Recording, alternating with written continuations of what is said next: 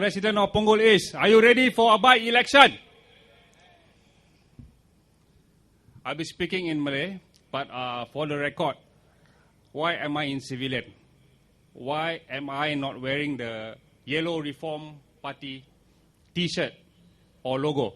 Because I am an invited speaker. I give the moral support to outvote the PAP. Do not vote for the PAP in this by-election for Punggol East. Right now, salam sejahtera pada para penduduk dan pengundi Punggol East. Apa khabar semua? Sihat semua, Saya mengucapkan terima kasih kepada Reform Party kerana mengundang saya untuk berucap dalam rapat pilihan raya kali ini. Saya teruja dengan undangan ini kerana matlamat pilihan raya ialah untuk mencari seorang wakil rakyat ke Parlimen. Dan lebih penting lagi ialah untuk tidak mengundi calon PAP. Itu lebih penting. Maka saya setuju untuk berucap pada hari ini atas undangan Reform Party. Tapi pada kali ini yang lebih menonjol ialah 4 parti politik mengantar calon ke Punggol East. Apa maksud di sebalik 4 calon ni? Maksudnya Punggol East ini penduduknya adalah dihargai dan penting. Calon-calon yang ada prihatin kepada anda. Maka pilihlah. Persoalannya sekarang, siapakah yang bakal dipilih sebagai wakil rakyat anda di Parlimen? Siapa? Bukan PAP. Saudara Kenneth Jayaratnam, anak kepada mendiang JB Jayaratnam, seorang pejuang demokrasi di Singapura, berlatar belakangkan seorang bidang dalam penasihat kewangan dan ekonomi. Dan sekarang seorang aktivis demokrasi, aktivis politik sepenuh masa, mencalonkan diri untuk berbakti kepada anda, berkhidmat kepada anda. Beliau telah melakarkan program-program untuk anda seperti mana calon-calon lain.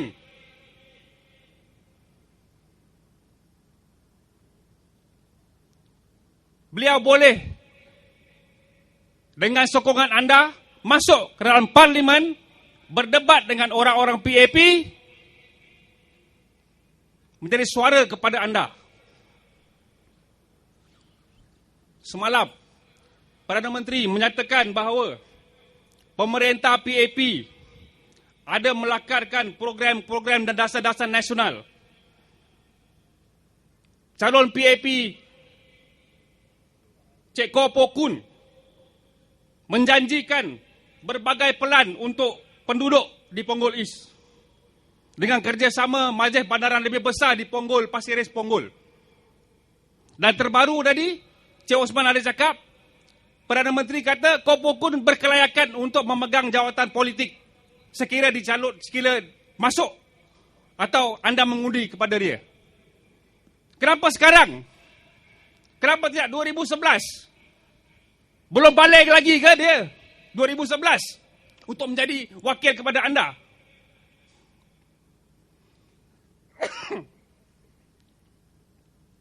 Sekarang PAP bergegas untuk mewawarkan bahawa Koh Poh Kun ialah berkelayakan memegang jawatan politik, jawatan kerajaan, jawatan pemerintah dan sebagainya. Itu semua salesman taktik. Dia doktor aja. Tapi kita masih ingat, kejayaan PAP yang berterusan dalam setiap pilihan raya adalah kerana rakyat tidak mempunyai pilihan. Dulu bapa kita, datuk kita, nenek kita ke apa, mungkin tidak mempunyai pilihan yang lebih banyak seperti sekarang di Punggol East. 4 parti politik, 4 calon untuk anda. Kita nak elak daripada tradisi di mana masyarakat asyik menganggap ahli parlimen PAP adalah yang terbaik. Puan Halimah jadi speaker parlimen. Itu kerusi adat. Dia seharusnya jadi menteri. Ni polisi apa ni? Suara lebih sikit, habis. Pegang adat. Tak boleh pegang polisi.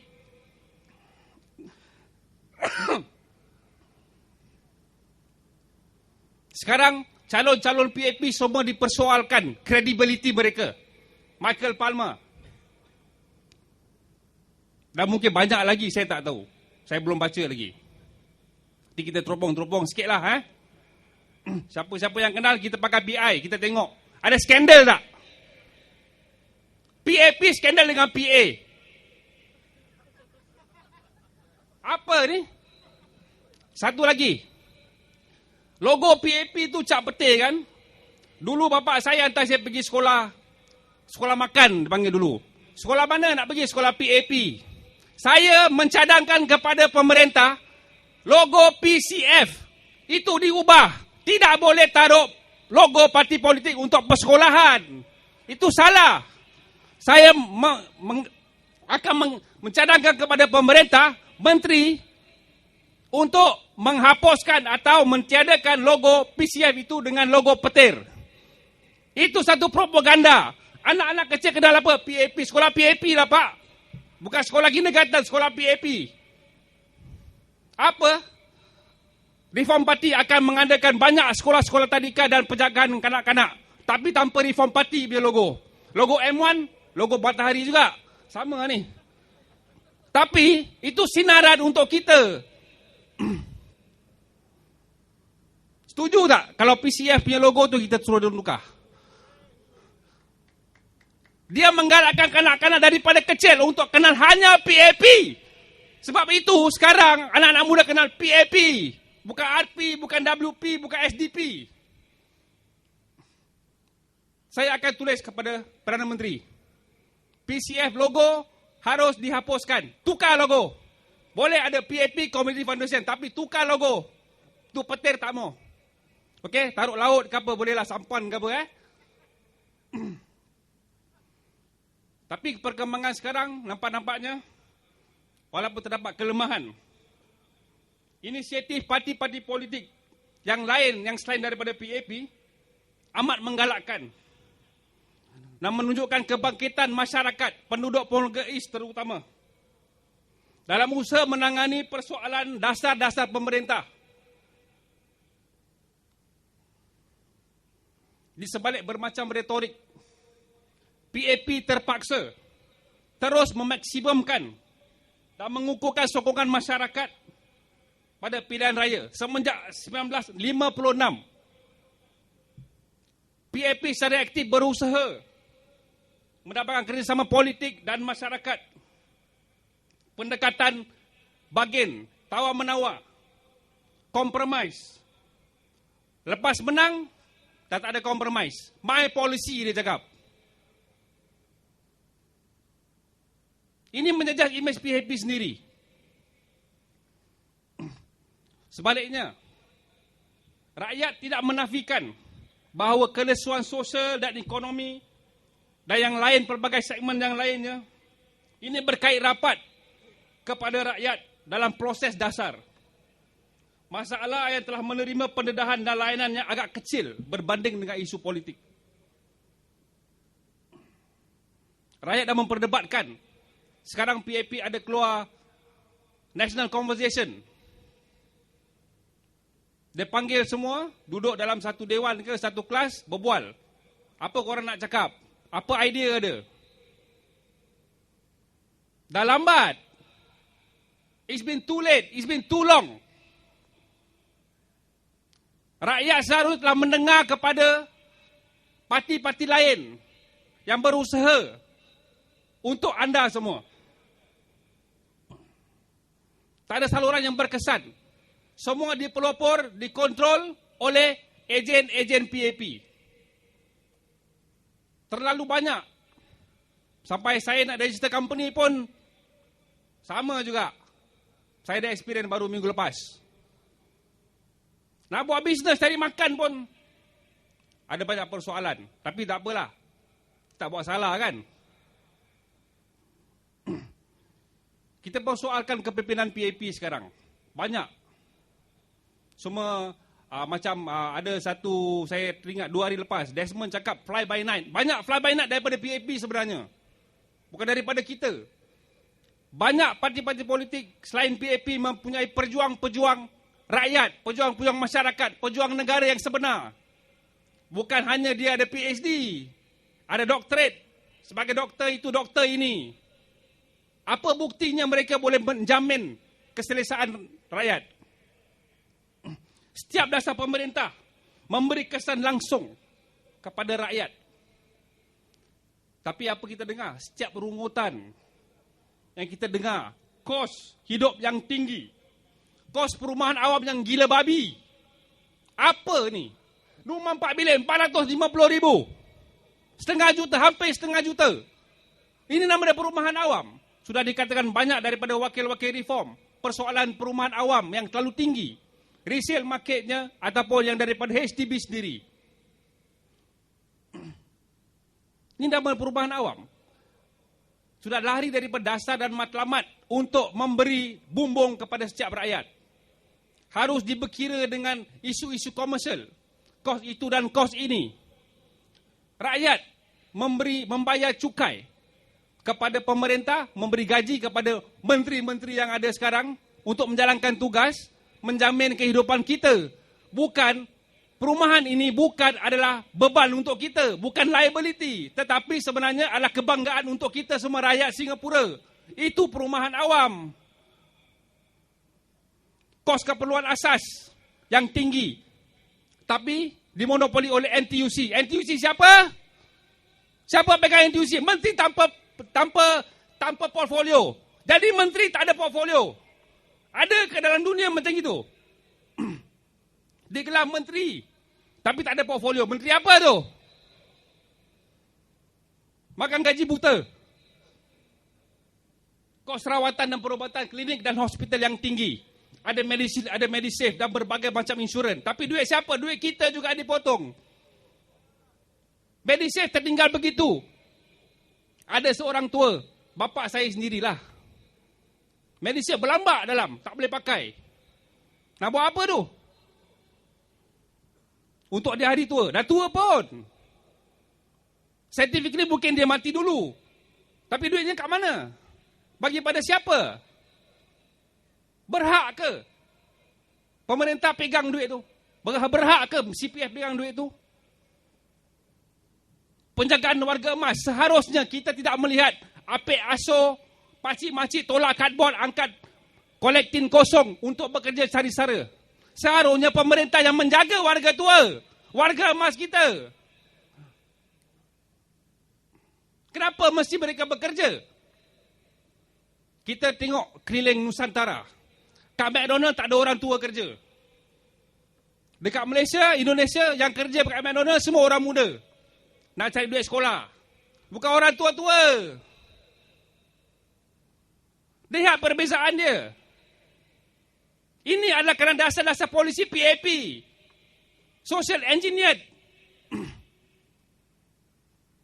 Memberatkan beban kepada rakyat. Yuran pendidikan, persekolahan, asas dan juga universiti yang amat tinggi. This is commercial. They commercialize the education. Bawa foreign student masuk Singapore, pergi NUS kerana apa? Soal fulus. Bukan kerana education. Education untuk rakyat dulu. Perumahan untuk rakyat dulu. Marilah kita bersama-sama membawa perubahan ini kepada semua. Gunakanlah undi, hak undi anda, kuasa undi anda untuk menolak undi PAP. Tak rugi satu keluar, tak rugi satu jawatan atau satu kerusi, bukan PAP, tak ada rugi untuk kita. Saya yakin Kenneth akan berkhidmat dan bekerja untuk anda lebih baik daripada Michael Palmer atau Dr. Koh yang akan datang. Atau mungkin parti-parti lain saya tak tahu. Saya kurang pasti. Macam tadi ada speaker cakap, driver, check, co-driver, uncheck. Dua-dua gorbal. So kita perlukan instruktor baru. Check and balance. KENAF akan melakukannya. Reform Party boleh melakukannya.